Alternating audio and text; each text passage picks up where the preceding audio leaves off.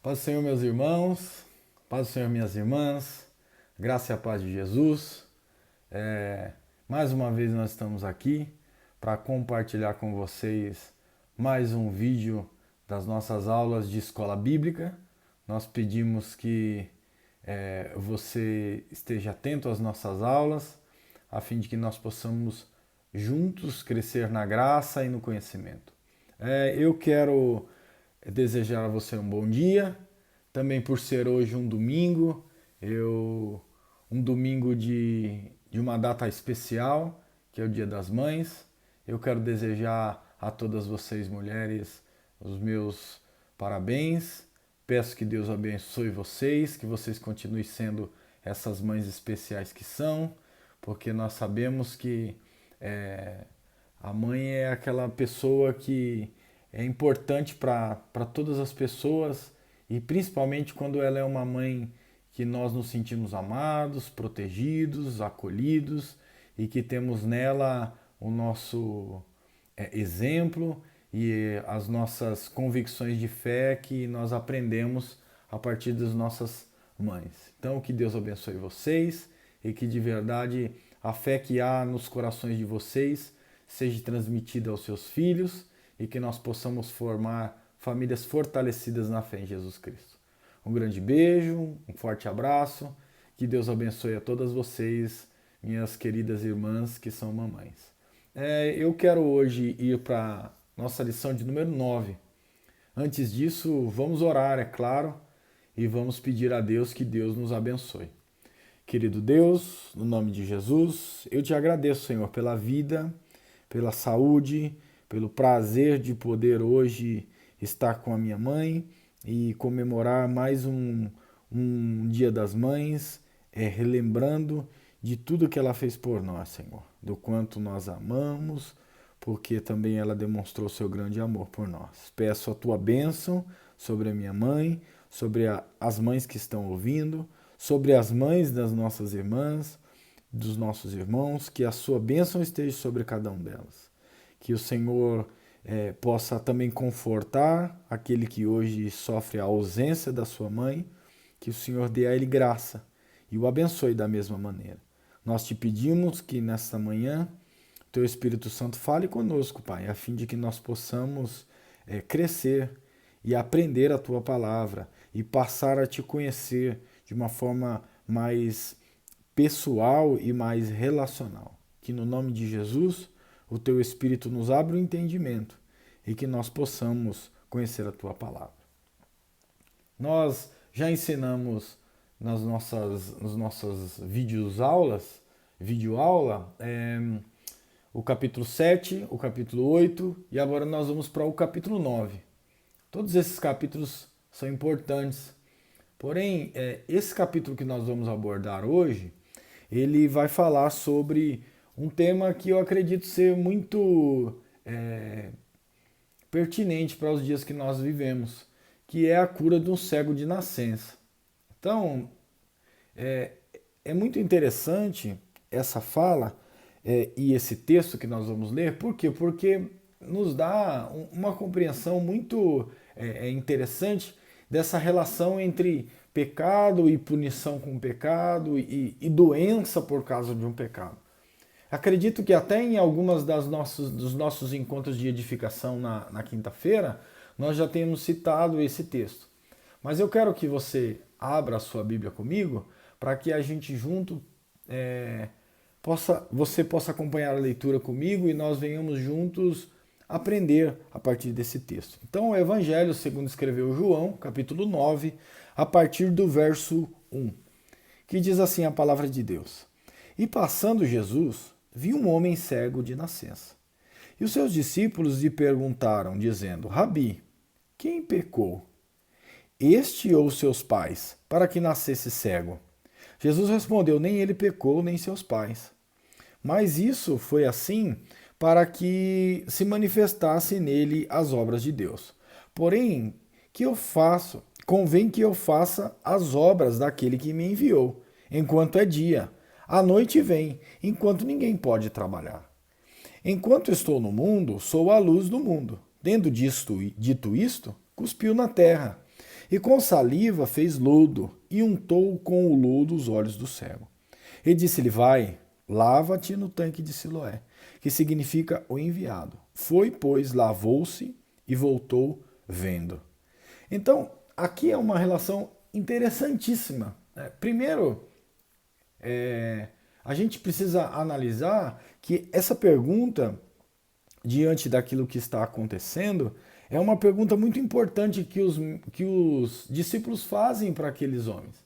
Eles estão dizendo assim, mas quem pecou? Então, no imaginário de quase todas as épocas, parece que sempre fica essa ligação entre pecado e doença. Ou seja, se há algum problema, ele está entrelaçado ao pecado de alguém. Esse imaginário ele está sempre permeando os pensamentos das pessoas que são religiosas, de um modo geral. E aqui não é diferente, porque os discípulos estão dizendo, mas quem foi que pecou? Quem foi que fez isso para que esse rapaz possa ter nascido doente? Então a gente tem um problema, porque se ele nasceu doente, ele não tinha como pecar. Na nossa concepção, seria assim. Já que não deu tempo para ter feito nada, então ele não poderia ter pecado. Todavia, há um pensamento judaico que interpreta que era possível, no ventre da mãe, ter algumas influências, tanto do bem quanto do mal. E o pecado que o menino poderia cometer era uma tendência ao mal de tal ponto que ele fosse importunar a própria mãe a partir de chutar a mãe no ventre.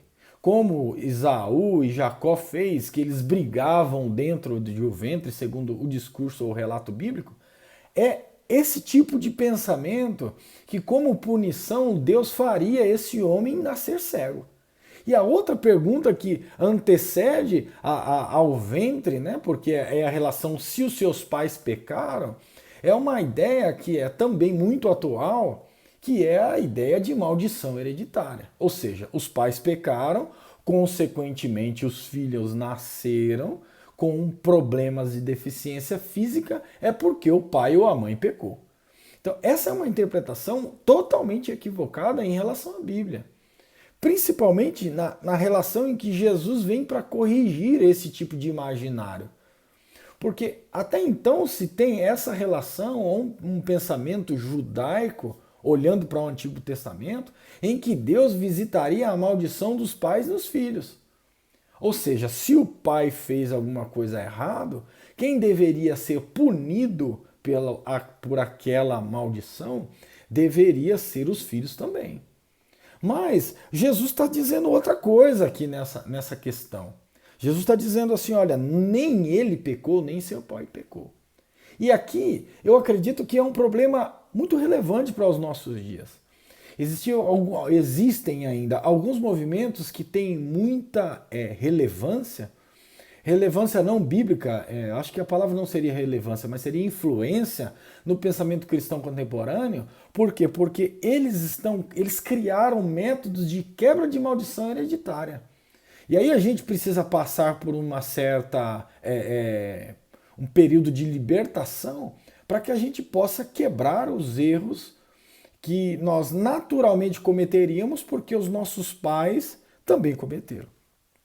Isso é o quê? É um tipo de maldição hereditária, interpretada segundo essas pessoas. Então, por mais que a gente entenda que, de fato, existem problemas que os pais tiveram e que pode ser que os filhos tenham, em alguns casos os filhos também têm, nós não podemos identificar esses problemas como fruto do pecado de alguém e como uma maldição hereditária. Alguns colocam os nomes até de espíritos familiares, para dizer assim, olha, na verdade existe um espírito que está sobre aquela determinada família e esse espírito é como se ele passasse de pai para filho. Quando o pai morre, ele domina o filho e aí sucessivamente netos e bisnetos, entre aspas. Então, não tem como a gente pensar dessa forma. A partir do momento em que a gente tem uma relação com Cristo E a partir do momento em que a gente vai entender que Jesus não é esse que está propenso a nos amaldiçoar, e ele, como nós lemos no capítulo 8, ele não vem para nos julgar, Jesus não vem para potencializar a maldição, mas Jesus vem para ser maldito em meu lugar. Ele se fez maldito no nosso lugar. Então, se há alguma maldição que alguém pode ter inventado para qualquer uma das nossas famílias, a gente precisa dizer, olha, mas Jesus já foi maldito em nosso lugar. Não há maldição que seja quebrada. Agora, é importante também a gente entender que é possível que os erros que acontecem nas nossas vidas, que podem ser que aconteçam nas vidas dos nossos filhos, não são maldição hereditária. É a influência e a capacidade que nós temos de levar os nossos filhos, às vezes sem perceber, ensinando para ele outra coisa, mas no nosso comportamento fazendo outra. Então não é uma maldição de demônios que estão cercando os nossos lares. Talvez é uma influência daquilo que nós, às vezes, sem entender ou talvez sem se preocupar em modificar o nosso caráter que esteja com alguns desvios, a gente imprime no nosso filho aquilo que a gente faz sem falar. E aí, essa relação entre pai e filho, e mãe e filha, não é uma maldição.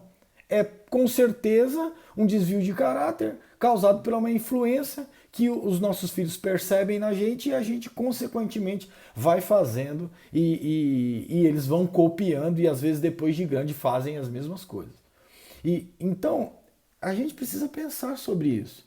Entender que o texto, a partir da ótica de Jesus, ele não é um texto que está dizendo assim, olha, quem sofre esse tipo de problema, que nasce com uma cegueira, que nasce com um problema físico ou qualquer tipo de problema mental, está sofrendo um tipo de punição. Ou seja, ele está sendo amaldiçoado. E por conta de ser amaldiçoado, ele sofre por causa de pecado de alguém. E aqui a gente tem um grande problema. Ele está dizendo, nem ele pecou, o verso 3, nem seus pais. Mas foi assim para que se manifestasse nele as obras de Deus. Ou seja, ele não está de forma alguma afirmando que ele tinha que quebrar algum tipo de maldição para que depois ele pudesse curar, ou a partir do momento que ele quebrasse determinada maldição, o homem voltaria a enxergar. Então, nenhum nem outro. O que Jesus está dizendo é que, olha, isso daí vai acontecer para que as obras de Deus se manifestem, para que Deus seja glorificado, para que Deus se manifeste aqui por meio da sua graça e que mostre que é o poder de Deus que cura e que tanto um quanto o outro. Eu vim perdoar os pecados por qualquer que seja a interpretação equivocada de vocês, que vai gerar maldição ou não. Eu vim quebrar com tudo, quebrar com maldição, quebrar com pecado e curar as pessoas e tirar a aflição das pessoas. Todavia, há uma série de possíveis pensamentos que nós podemos entender no decorrer do capítulo, que depois vai desencadear na cegueira espiritual. Mas nós vamos chegar até lá e aí a gente dá essa explicação de forma mais detalhada. Mas é indispensável você entender. Agora, a forma que Jesus cura esse homem também é uma forma inusitada. Jesus vai e cospe na terra. Depois de Jesus cuspir na terra, e com a sua saliva ele faz lodo e pega esse lodo e unta os olhos do cego. Aí a gente precisa pensar assim, ainda bem que ele era cego, né? Que ele não viu, para alguns vão dizer assim, essa nojeira que Jesus estava fazendo.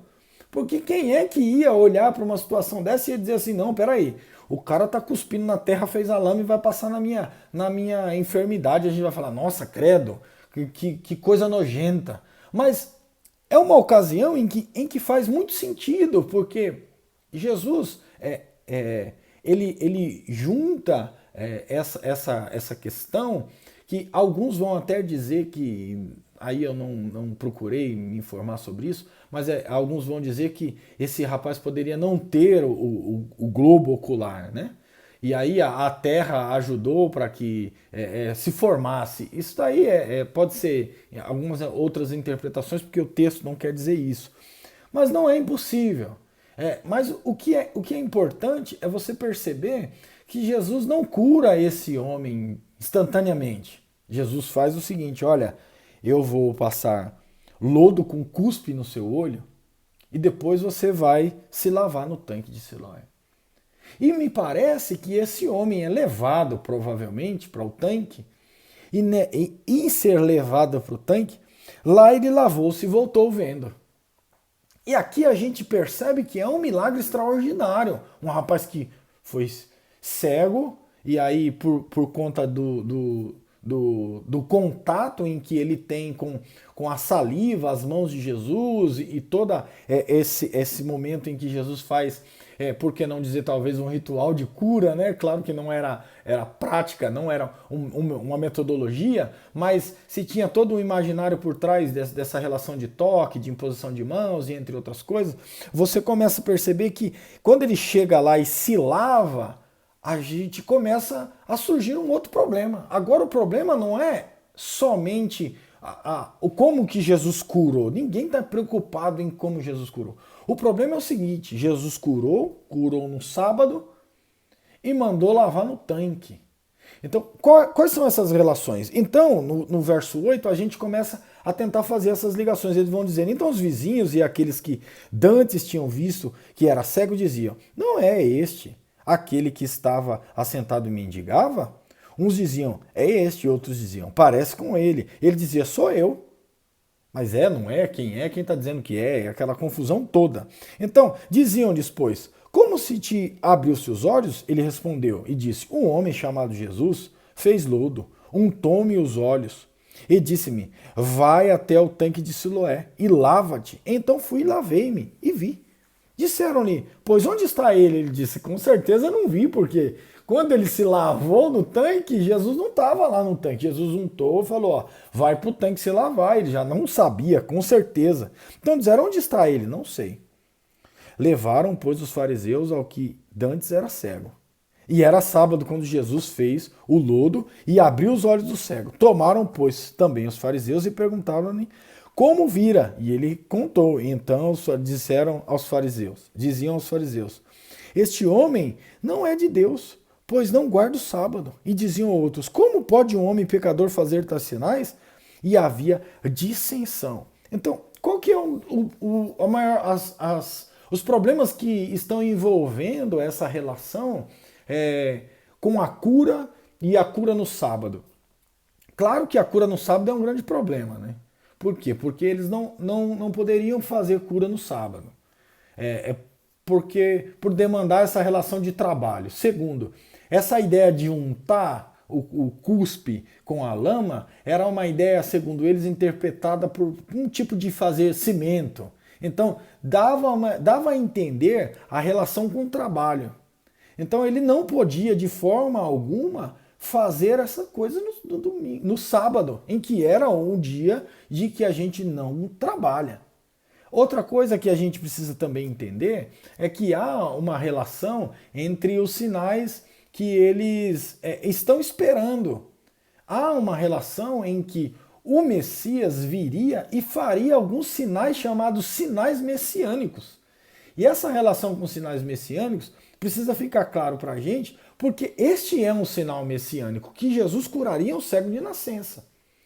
E outros dois, que eram 3 sinais messiânicos, era a cura de um leproso e a cura de um demônio surdo e mudo. Por quê? Porque na tradição judaica, ela tinha aquele diálogo, aquela entrevista que fazia-se com um demônio, era exatamente para saber o nome do demônio, para saber como, a partir dos manuais judaicos de exorcismo, como vamos tratar essa pessoa para exorcizar o demônio dela. Agora, quando Jesus expulsa um demônio surdo e mudo, ele mostra a sua superioridade, por quê? Porque não tem nome. Então, se não tem nome, não tem como manipular esse demônio para fazer ele sair, sei lá, com ervas, com rituais e entre outras coisas.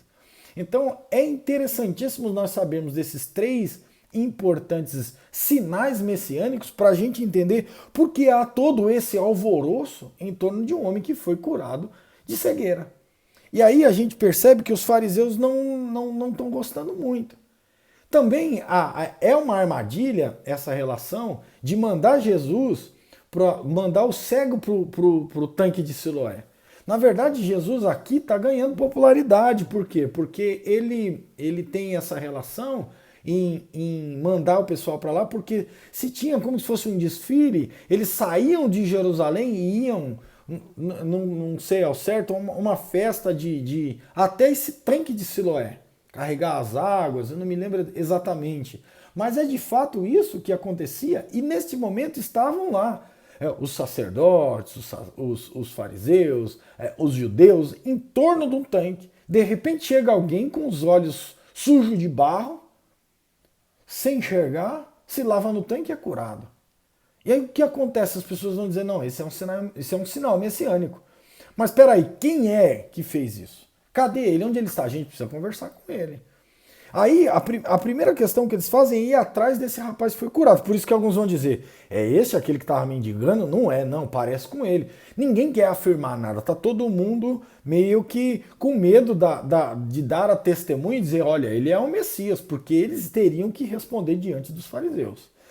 E na sequência, o 17, tomaram, pois, a dizer ao cego, no caso ex-cego, tu que dizes daqueles que te abriu os olhos, tu, o que dizes, né? Que dizes daquele que te abriu os olhos? E ele respondeu, esse é um profeta.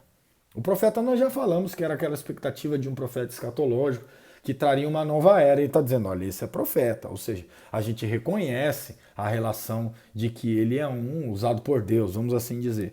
Então, os judeus, porém, não creram que ele tinha sido cego e que agora visse. Enquanto não chamaram os pais do que agora havia. E perguntou, dizendo, é este vosso filho que vos dizeis ter nascido cego? Como, pois, vê agora? O verso 20. Seus pais lhe responderam e disseram, sabemos que este é o nosso filho, e que nasceu cego, mas como agora vê, não sabemos. Ou quem lhe tenha aberto os olhos, não sabemos. Tem idade de perguntar-lhe a ele mesmo, e ele falará por si mesmo. Seus pais disseram isso porque temiam os judeus, porque já os judeus tinham resolvido que se alguém confessasse ser ele o Cristo, fosse expulso da sinagoga. Então, toda essa pressão diante daquele milagre que Jesus faz no sábado, não está somente por causa do sábado. O sábado é uma justificativa de dizer que ele não atende à vontade de Deus, que ele não cumpre a vontade de Deus. Mas o grande problema aqui é confessar que Jesus curou um cego de nascença, que ele é o Cristo, o Messias esperado. E aí as pessoas estão nessa, não, olha, o próprio pai vai dizer, não, que isso, é melhor você perguntar para ele, ou seja, se alguém tiver que ser expulso da sinagoga, é melhor expulsar ele, porque a gente não tem nada a ver com isso. Eu não sei de nada. Então, esse aqui também pode ser um detalhe que a gente pode entender para dizer assim, a partir do encontro com Jesus, a gente precisa tomar uma posição. Ou a gente rompe com essa perspectiva religiosa, que ela não está preocupado com a vida no sábado, e do dia que quer que seja, em fazer o bem em todo tempo, ou a gente se limita porque, olha, onde a gente está confortável. Poxa, foi sempre assim, faz mais de 30 anos, e a gente vai tocar assim, não mexe com isso não. Então, é uma pergunta a se fazer hoje e dizer assim, no evangelho que estamos vivendo, na religião em que participamos, na denominação, vamos assim dizer, está confortável a ponto da gente dizer, olha, poxa, eu vi uma mensagem em que estava me tirando da zona de conforto, mas não mexe com essas coisas não, né?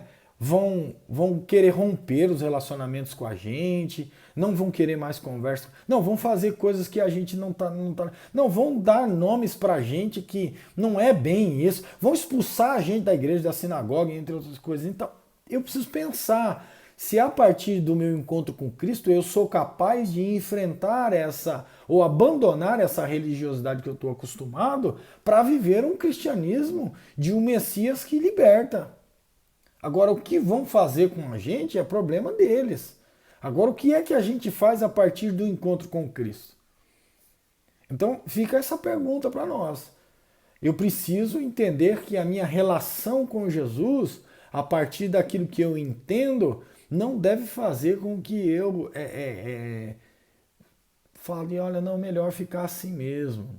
Não, não mexe com isso não, deixa essas coisas assim do jeito que estão. Eu preciso pesar esse tipo de coisa. Por isso, seus pais, o 23, disseram, tem idade, ó, pergunta para ele, a gente não tem nada a ver com isso. Então chamaram, pois, pela segunda vez o homem que tinha sido cego e disseram-lhe, dá glória a Deus, nós sabemos que este homem é pecador. Respondeu ele, pois, e disse, se é pecador eu não sei, uma coisa sei, é que havendo eu sido cego, eu agora vejo. Então a relação fica nítida, porque ele está dizendo assim, olha, a minha preocupação em que se Jesus é pecador, se Jesus é o que Jesus está fazendo, eu não estou preocupado com isso. É uma coisa eu tenho certeza, é que agora eu estou vendo. Então os judeus ou os fariseus estão conduzindo a conversa para uma coisa e eles estão levando, ele está preocupado com outra coisa. E ele está dizendo assim, o 26, e tomaram a dizer, que te fez ele? Como te lhe abriu os olhos? E aí o homem não vai contar a história de novo. Ele respondeu e disse, já vou-lo disse, não ouvirdes. Para que quereis tomar a ouvir? Tornar a ouvir? Quereis vós perguntar, fazer-vos, quereis vós porventura fazer-vos também seus discípulos? Ou seja, se você quer saber muita coisa a respeito dele, você quer ser discípulo dele? Então, é muito interessante essa narrativa do Evangelho de João, porque ao mesmo tempo que eles fazem perguntas querendo condenar o rapaz ou o homem também tem interesse em dizer, olha, já que a gente vai discutir aqui, então vocês não ouviram o que eu te disse, então vocês precisam tornar-se discípulos dele, porque aí você vai saber o que é que ele fala, se ele é pecador, se ele não é, e entre outras coisas. E aí eles ficam nervosos. Então o injuriaram e disseram, discípulo dele seja tu, nós, porém, somos discípulos de Moisés. Nós bem sabemos que Deus falou a Moisés, mas estes não sabemos de onde ele é. E o homem respondeu e disse-lhe, nisto, pois, está a maravilha, que vós não sabeis de onde ele é, e contudo me abriu os olhos. Está aqui que uma situação delicadíssima. O que esse rapaz está dizendo? Esse rapaz está dizendo assim, olha, vocês deveriam saber quem ele é. Vocês deveriam saber de onde ele vem. Porque ele deveria ser reconhecido como Messias. E como é que vocês estão dizendo que não sabe quem é? Da onde é? Entenderam? A posição dos fariseus era essa de fato. Eles tinham que ir atrás. A gente fica pensando, mas esses caras parece que não tinham o que fazer, né? Por que eles estão investigando um milagre? Não tem fundamento. Eles estão investigando um milagre para saber de fato se ele era o Messias. Aqui está a chave dessa perseguição diante deste episódio. Eles estão buscando, no milagre que é o sinal messiânico, saber se Jesus é o Messias. E Jesus está ganhando popularidade, Jesus está sendo conhecido pelas pessoas e eles precisam dar um jeito de frear essa popularidade e ao mesmo tempo parar com tudo isso para que Jesus, na concepção deles, venha deixar de ser um charlatão e ser desmascarado. Porque para eles Jesus era esse charlatão. E ele estava enganando o povo. Mas esse homem está dizendo para ele assim, mas, nossa, como que vocês não sabem disso? Vocês deveriam saber de onde ele vem. Já que vocês falam em nome de Deus, e já que vocês estão dizendo que esse homem é pecador, então o que é que a gente precisa fazer? Eles estão dizendo, ora, nós sabemos que Deus não ouve a pecador. O homem está dizendo, Deus não ouve a pecadores. Mas se alguém é temente a Deus e faz sua vontade, a esse ele ouve. Desde o princípio do mundo nunca se ouviu que alguém abrisse os olhos do cego. Há um cego de nascença. Se este fosse de Deus, se este não fosse de Deus, nada poderia fazer.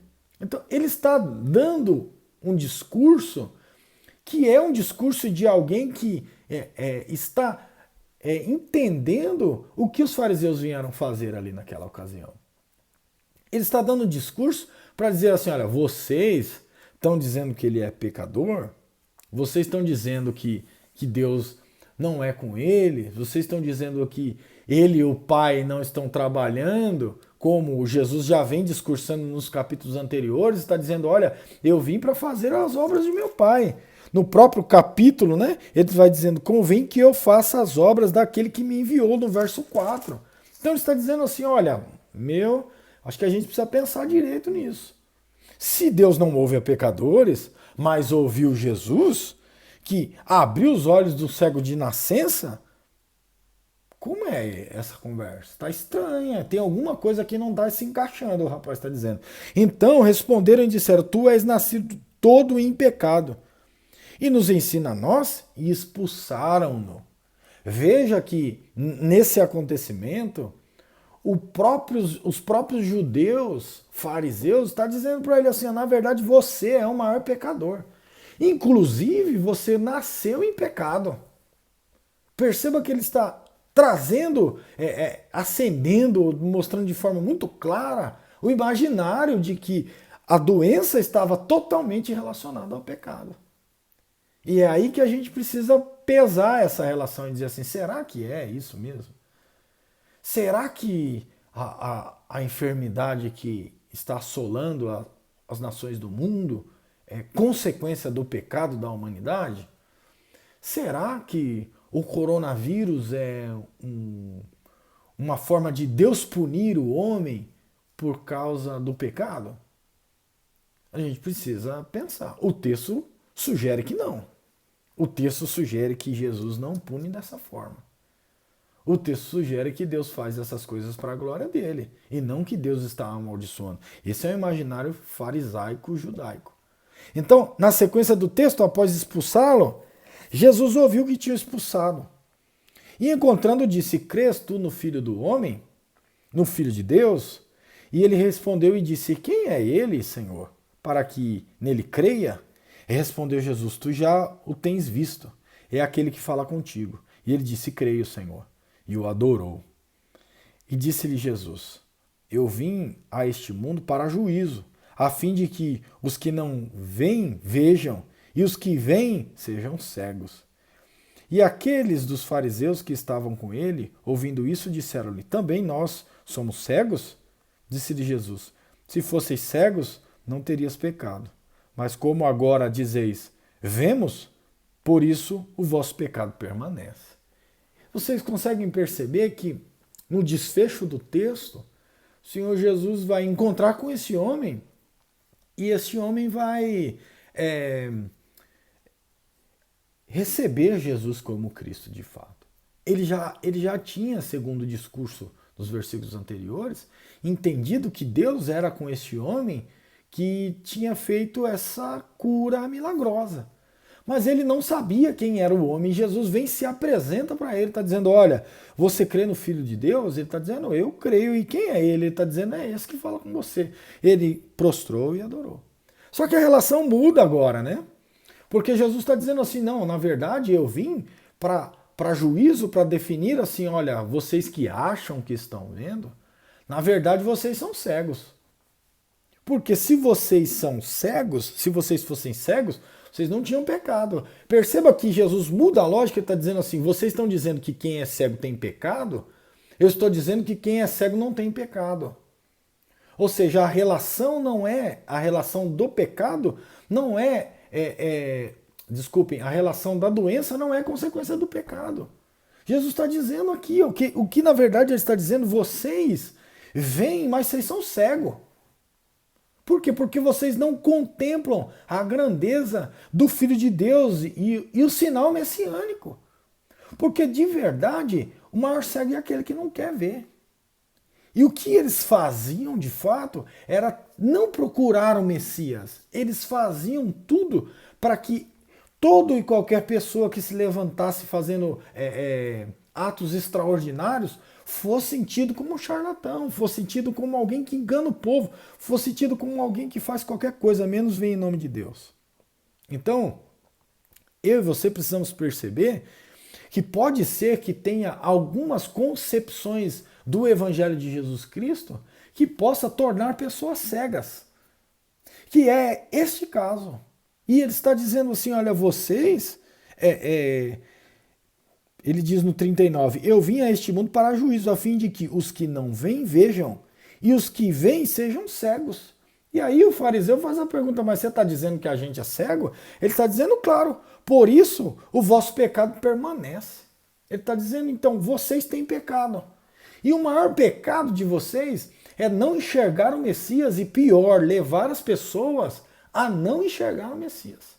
Então, todo o trabalho do judeu, do fariseu, era tentar fazer com que Jesus caísse no descrédito. A partir do momento que Jesus caísse no descrédito, as pessoas deixariam de crer no Filho de Deus. Então, eles eram cegos, como o texto bíblico diz. É um cego que está guiando o outro cego. Então, eles estavam fazendo com que as pessoas deixassem de acreditar no Cristo, porque eles, em momento algum, eles foram lá e disseram, não, esse é o Cristo, Filho de Deus, o vindo no enviado do Pai. E aqui nós estamos aclamando Jesus como Messias de forma alguma. Porque Jesus vem destruindo as estruturas do judaísmo e Jesus vem modificando os imaginários totalmente equivocados, como um desse de maldição hereditária, como desse de que uma criança nasce em pecado, como todo esse pensamento equivocado. Jesus está dizendo assim, não, na verdade é o pecado de vocês que permanece. Não é o pecado que vocês estão dizendo que está sobre esse homem que era cego e agora vê. Então, ele traz da cegueira física para a cegueira espiritual. Então, eu preciso, em nome de Jesus, que o Senhor Jesus abra os olhos do meu entendimento para que eu não seja cego. Para que nenhum desses tipos de conceitos que eu possa conceber a partir de uma influência contemporânea de maldição hereditária, de espíritos familiares, de entre outras coisas, de que tudo é pecado, de que tudo é consequência do pecado, porque se você está sofrendo foi porque você pecou, porque tudo é pecado. Aí você fica caçando na sua mente um tipo de problema que você passou para dizer assim, não, lembrei, há 20 anos atrás eu fiz tal coisa e Deus está me punindo hoje. Na verdade, a gente precisa orar um pelos outros se porventura você está achando que Deus fez algum mal para você. Porque Deus não se relaciona dessa forma com o pecado. Se Deus enviou Jesus para punir o pecado da humanidade, para que Deus vai continuar punindo a gente? Então não precisava enviar Jesus, era só continuar punindo o homem. Era só fazer com que as coisas fossem causa e efeito. Então a gente pecou e aí morre alguém da família. A gente pecou, nasce alguém doente. A gente pecou, vem uma doença que dizima 1% da população mundial. Então, é fácil. Então, a gente não precisa de alguém para redimir a gente paga pela culpa do pecado. Mas se Jesus foi aquele que foi entregue por nós para ser punido pelo pecado e veio sobre nós a justiça de Cristo, não tem de forma alguma necessidade de eu interpretar o pecado como consequência dos problemas da vida. Os problemas da vida são as minhas escolhas, são os meus equívocos, são as coisas da vida, a contingência de existir. Então, tudo isso eu preciso relacionar com Jesus para que eu não tenha uma cegueira em determinadas concepções do Evangelho e eu viva uma vida me punindo e às vezes me relacionando mal comigo mesmo o tempo inteiro, ou talvez punindo pessoas, dizendo assim, olha, nossa família está desse jeito por culpa do seu pecado, né? Nossa família vive isso por culpa do seu pecado, a culpa é sua. Não, nós não somos um produto do meio, nós somos aquilo que nós fizemos com a gente mesmo. Tá, nós tivemos problemas, nós sofremos, nós tivemos privações, mas e diante de tudo isso, o que você fez? Você se levantou ou foi se lamentar? Tá aí as nossas questões. Então, se você continuou se lamentando, é claro, a vida continuou do mesmo jeito, dali de mal a pior. Agora, se você se levantou e falou assim, não, tá, a gente hoje sofre por algumas más escolhas de pessoas, de pais, de mães, não sei. E hoje a gente decidiu que não vamos mais sofrer por conta disso. Vamos dar uma volta por cima e vamos levantar. E Deus vai nos ajudar. Agora, não é consequência do pecado deles o que a gente passa hoje. Então, eu preciso ter isso em mente. E eu preciso, em nome de Jesus, entender que o Senhor Jesus não está preocupado em nos punir. Ele veio sim para abrir os olhos da gente. Ele veio sim para que a gente tenha o nosso entendimento esclarecido. E por meio da palavra de Deus, a gente possa crescer na graça e no conhecimento. Então, se porventura você que me assiste estiver com os seus olhos fechados, para esse tipo de entendimento, eu peço que você ore em nome de Jesus. Eu peço que você busque nas Escrituras em nome de Jesus, a fim de que Deus possa te encher de graça, a fim de que Deus possa abrir o seu entendimento, para que você não viva o peso do pecado sendo carregado, sendo que Jesus já carregou os nossos pecados. Então eu peço que você possa curvar sua cabeça e nós vamos orar sobre essa palavra em nome de Jesus. Querido Deus, no nome de Jesus, nós estamos aqui e pedimos a tua bênção, Senhor, sobre todos esses que me ouvem. Eu peço que o Senhor abençoe os meus irmãos, que o Senhor os encha de graça, que o Senhor os fortaleça, que o Senhor dê a eles um entendimento da tua palavra, que cada um de nós venhamos ter os nossos olhos abertos, que nós possamos ver para que o nosso pecado não permaneça, para que o pecado nosso não seja de cegueira espiritual, mas que nós venhamos entender que o Senhor Jesus perdoou os nossos pecados e que nós não estamos levando sobre nós nenhum tipo de maldição hereditária que seja consequência do pecado. Se nós estamos fazendo as mesmas coisas que os nossos pais fizeram, foi porque nós não percebemos em alguns momentos e às vezes nós estamos escolhendo do mesmo jeito que eles escolheram.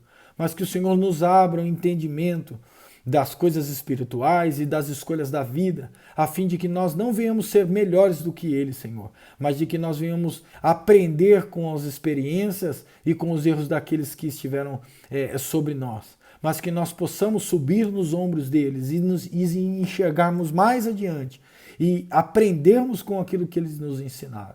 E que o Senhor, no nome de Jesus, nos fortaleça e esteja com cada um de nós e que nós possamos ser cheios de graça, cheios do conhecimento, conhecer Jesus, que é a verdade que liberta, Senhor, para a glória do teu santo nome. Eu quero agradecer a vocês que estiveram comigo nesse período.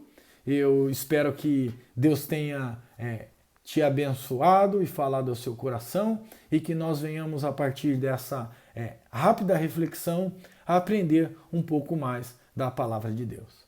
Então finalizamos aqui a nossa aula 9. Eu espero que Deus te abençoe e até breve e muito obrigado. Deus abençoe.